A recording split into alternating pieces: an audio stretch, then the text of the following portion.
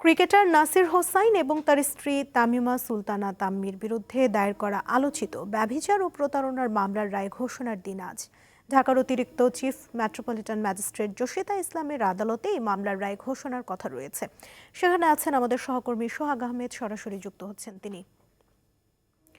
সোহাগ, কখন মামলার রায় ঘোষণা শুরু হবে? নাসির ও তামিমা কি এসেছেন? আর সাধারণ মানুষের মধ্যে কোনো কৌতূহল দেখতে পাচ্ছেন কিনা জানাবেন বিস্তারিত।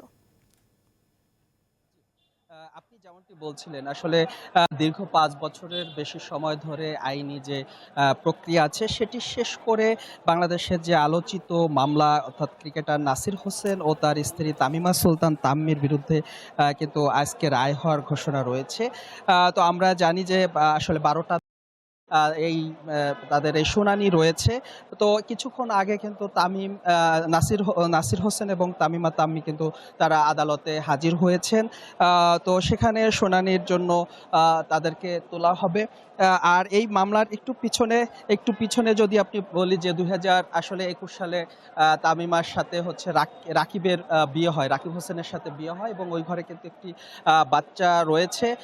এবং সেই যে বিবাহ যে ঘটনা রয়েছে সেটি তাকে আইনি প্রক্রিয়ায় তার সাথে ডিভোর্স না হয়ে নাসিরের সাথে কিন্তু বিয়ে সংঘটিত হবে এবং এটা যখন ফেসবুকে খুব আলোচিত হয় তখন কিন্তু রাকিব হোসেন অর্থাৎ তামিমার যে স্বামী সে কিন্তু আদালতে মামলা দায়ের করে এবং দীর্ঘ ৫ বছর এই যে শুনানি এবং উচ্চ আদালত তারপরে ১০ জন যে সাক্ষী সেই সাক্ষী গ্রহণ শেষ করেছে এবং তারা কিন্তু প্রমাণিত করার চেষ্টা করেছে যে আসলে যে এই যে বিবাহ বহির্ভূত যে ঘটনাটি ঘটেছে অর্থাৎ আইনি যে পুরুষকে ডিভোর্স দিতে হয় এবং ডিভোর্সের পরবর্তী সময় গিয়ে বিয়ে করতে হয় সেটি কিন্তু তারা করেননি এবং সেই আদালত কিন্তু সেটিকে দীর্ঘদিন শোনানোর পরে অর্থাৎ ৫ বছর পরে আজ কিন্তু সেই রায়ের ঘোষণা করা হবে এবং যে আইনজীবী রয়েছে অর্থাৎ রাকিব হোসেনের বাদীপক্ষের যে আইনজীবী রয়েছেন তিনি যেটি বলেছেন যে আসলে নাসির হোসেনের বিরুদ্ধে হচ্ছে ২টি অভিযোগ এবং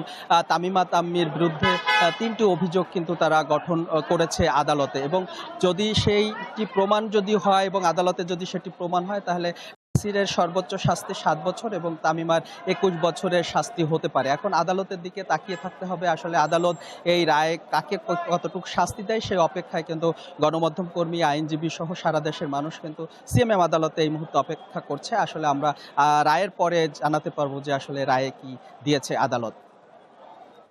ধন্যবাদ সোহাগ।